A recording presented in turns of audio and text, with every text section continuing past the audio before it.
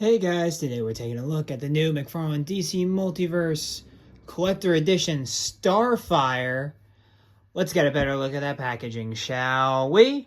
And here's a better look at the packaging here. We first have the contents right there.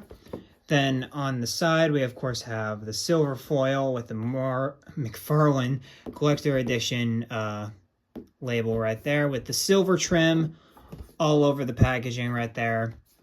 And we, of course, have the age recommendation for 12 plus for this figure up there. Up on the bottom, we, of course, have the DC Multiverse logo right there with the silver nameplate. This happens to be Starfire's nameplate right there. On the side, we, of course, have the Starfire nameplate again. The DC Multiverse logo up at the top. On the bottom, we, of course, have number 11 because this is number 11 in the collector edition series. I just have struggled to find this figure out in the wild.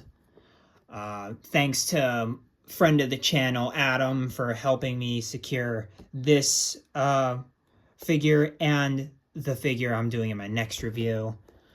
Up at the top, we of course have Starfire, apparently from DC Rebirth, which that could be the case. I think that's where this costume debuted anyway.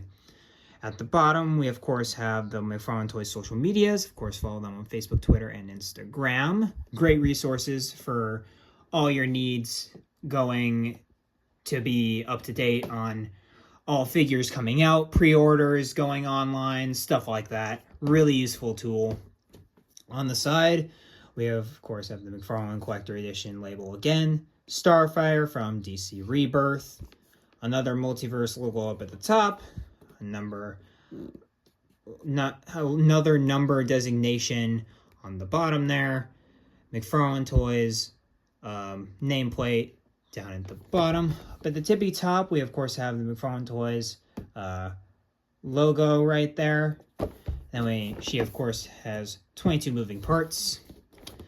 On the bottom, we have the Teen Titans legalese right there. And then we have the barcode for all you barcode hunters out there.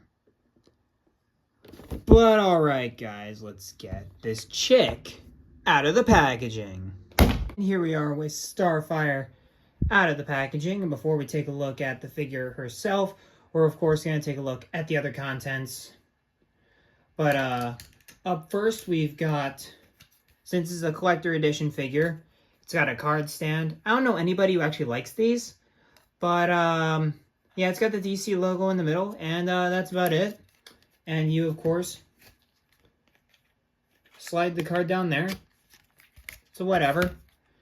And then you, of course, have the card, which has this solid art of Starfire right there with the horrible silver foil McFarlane Collector Edition down the side there.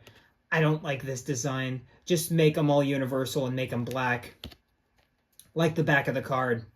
It's pretty simple. But anyway, and then you have a solid bio on Starfire right there. And that's relatively accurate. I mean, yeah, she was the chosen princess of her people. And then she was basically usurped by her sister, Blackfire, or Commander. Her name is Coriander. Her sister is Commander, aka Blackfire.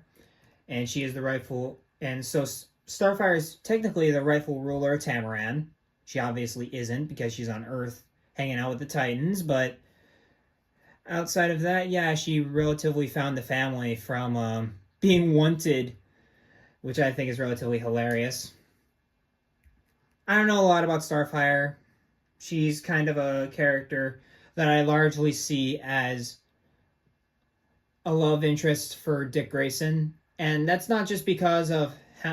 I only see women as love interests for the main character. No, it's more of I just don't know enough about the character to really assess the character much. I haven't read a lot of Wolfman's Teen Titans and stuff like that. But from what I've seen, she's a powerhouse. I mean, she's basically a Superman-level character. And she apparently drinks solar radiation, I think. And she just shoots fire blasts, which is kind of cool. But She also, and this is a big one because she's not a super character, she comes with her own flight stand, which you, of course, have this piece and this piece.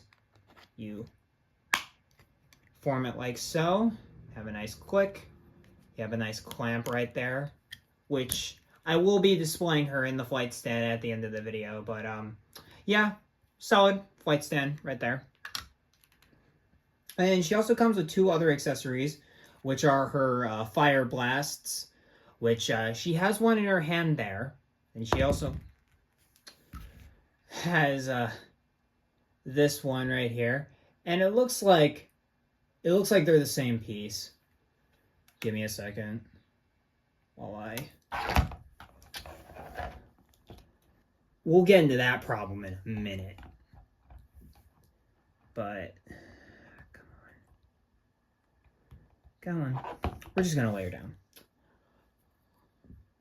But both of these pieces, and this for once, honestly, I think they're the same piece. No, they're different. They're different, but only slightly. Not by much.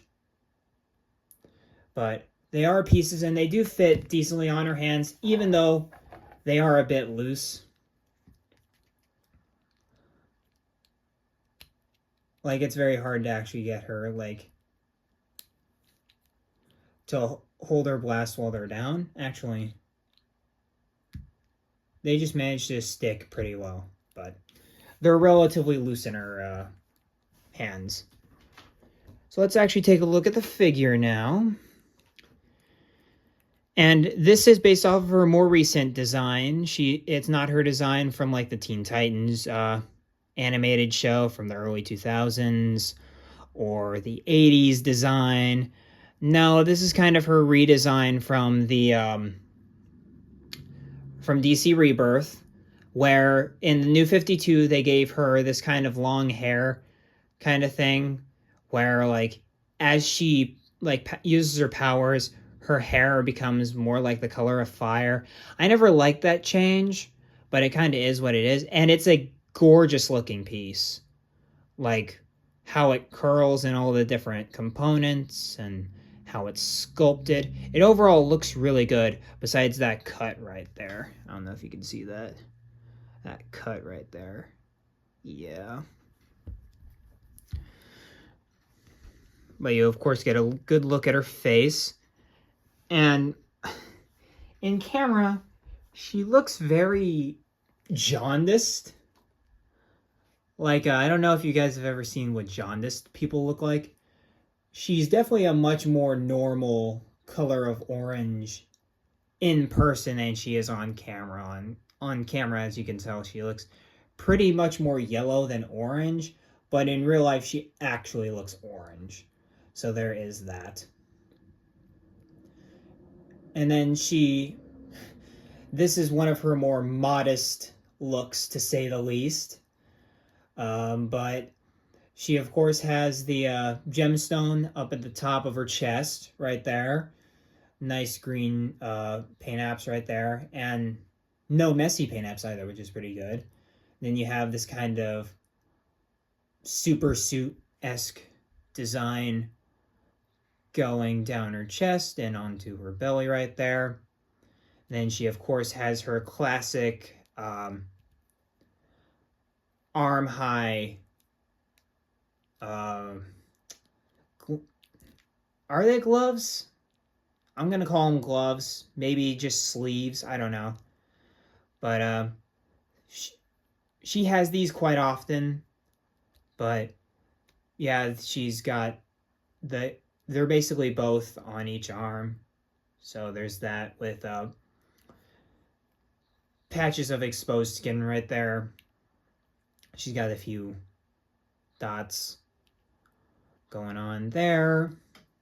And she's, of course, got her classic thigh-high boots with heels, which if you know anything about collecting figures with heels, it means these figures will never stand. Like, heels are a nightmare for figures because... And also, here's the back of the figure. Very similar to the front. And also you got the legalese on the back. But yeah. There's the back. But overall, I'd say solid figure, even though I can imagine the articulation is not going to be that great. And I've unfortunately got some loose joints, but we'll get into that with the actual articulation segment of the review, which will start now. So, ideally, she'd have a double ball peg, but because of the hair, obviously she's not going to do that much. So she looks down pretty far. She does not look up at all. And she, of course, ideally could rotate all the way around, but this is how far you're getting with the actual hair and all that. And of course, the hair would impede that. So I'm not kind of discounting, but it's a standard double ball peg stuff. And you can also, and I love how flexible the hair strands are. That's pretty cool. So I'm not like poking myself trying to hold her head. And then you, of course, have standard butterfly joints. Not the best rotation on the planet, but it is what it is. Yeah, that's kind of pitiful, to be honest. And she has very solid shoulders. She can hinge out that far. Rotate full 180. Solid bicep swivel covered up by the cut in the actual design, which I like a lot. Double jointed elbows. Not bad, not bad. And you have a nice little bit of cover up. And the arms kind of cover it up because of obviously the different color of elbow compared to the rest of the figure. So that's pretty cool. And then for the wrist here, my wrist is very loose. So be aware of that. My wrist is very loose. But they, of course, can move in and out. And then if you rotate the actual top of the hand, they can do roll of the dice. Either or. But I do really love these wrist joints that McFarlane does. But for the waist, she, of course, can move that far back and can crunch that far forward, which, again, why not reverse the ranges? I'm pretty sure people would want more crunch than limbo, but whatever. And she, of course, has standard McFarlane joints, leg joints right there. She can move that high up, which isn't bad at all. And she can move pretty far back. She has barely any thigh pivot and no swivel at the cut either, which would be a pretty good place to put thigh swivel, but then again, she also has double jointed knees, which again look really good considering the fact that the knees are a different color than the rest of the actual boot. And then we have, of course, the ankles, which move down, up, rotate up at the top, ankle pivot at the bottom, and of course, toe articulation at the heels, which make it sit even worse for her to stand. And here we have the current run from the pages of the Dawn of DC Titans run by Tom Taylor. The lineup consists of Snyder Cut Cyborg, because that's the only Cyborg I have. I don't have a comic Cyborg. Raven, Nightwing from the Teen Titans Build-A-Figure Wave, which really disappointing figure if it wasn't for those custom hands. Of course, our new Starfire, long overdue. Walmart exclusive Beast Boy right there. In the book, it's Garth, but since that's the only Aqualad I have Jackson Hyde there. And then we, of course, have Donna Troy at the end there for a solid Titans lineup right there. Here he is. Here's Starfire next to the only Titans villain we have so far, which is Deathstroke. Yeah, it's weird that we have pretty much the entire team, and yet we don't have, like, at least a Brother Blood. Or Terra would be a good one. Mad Mod would be fun. Even the Hive the High Five and those guys would be pretty fun. Like, the Titans have a lot of interesting villains that they could do. It's just the fact that for some reason they won't, despite the fact that we have the entire Titans lineup now. It's kind of incredible. And here's Starfire finally on that flight stand. And I think with a flight stand, she's kind of completed there. But this is also the point where we're kind of winding down on our look at Starfire. And honestly, besides the fact that I, like, my personal figure has some problems, like the fact that she kind of has a loose wrist and a loose, her left knee is kind of loose. Besides that, she's not a bad figure. I mean, of course, it's kind of annoying that she can't look up because she's a flying character. But I mean, the long hair, I get it. And also the fact, since she has heels, she can't stand. So it's good that she came with a flight stand, so you don't have to deal with that problem. And you also have her sculpted in such a way where the articulation really doesn't matter when it comes to breaking the sculpt or anything. So that's really nice. And just overall, a very solid figure. I'm very impressed. Overall, I'd give Starfire a 9. A very strong 9. Because, I mean, she's not a perfect figure, like I said before, but she's got solid paint apps, a solid sculpt, a sculpt that doesn't even break the sculpt itself, which is really good. And she's got a couple fire accessories, which gives her that extra edge. So, again, solid figure. And if you're looking to complete your Titans lineup, you gotta have her. I mean, it's as simple as that. And the Titans are one of the most beloved DC teams, probably honestly the most beloved DC team, outranking the league at this point. So she honestly is probably a must-have for any DC fans collection. So you gotta get her, and that's why it took me so long to find. Again, thanks to a friend of the channel, Adam, for telling me about it and securing this figure for me. I really appreciate it. And yeah, that's pretty much it, honestly. And of course, like, comment, subscribe, all that good stuff. Tell me what you think about Starfire here down in the comments below. I love reading you guys' comments. It really brightens up my day. And yeah, that's pretty much it. And I will catch you guys in the next video. And of course, keep collecting and be kind and courteous out there. And I will see you in the next video. Peace.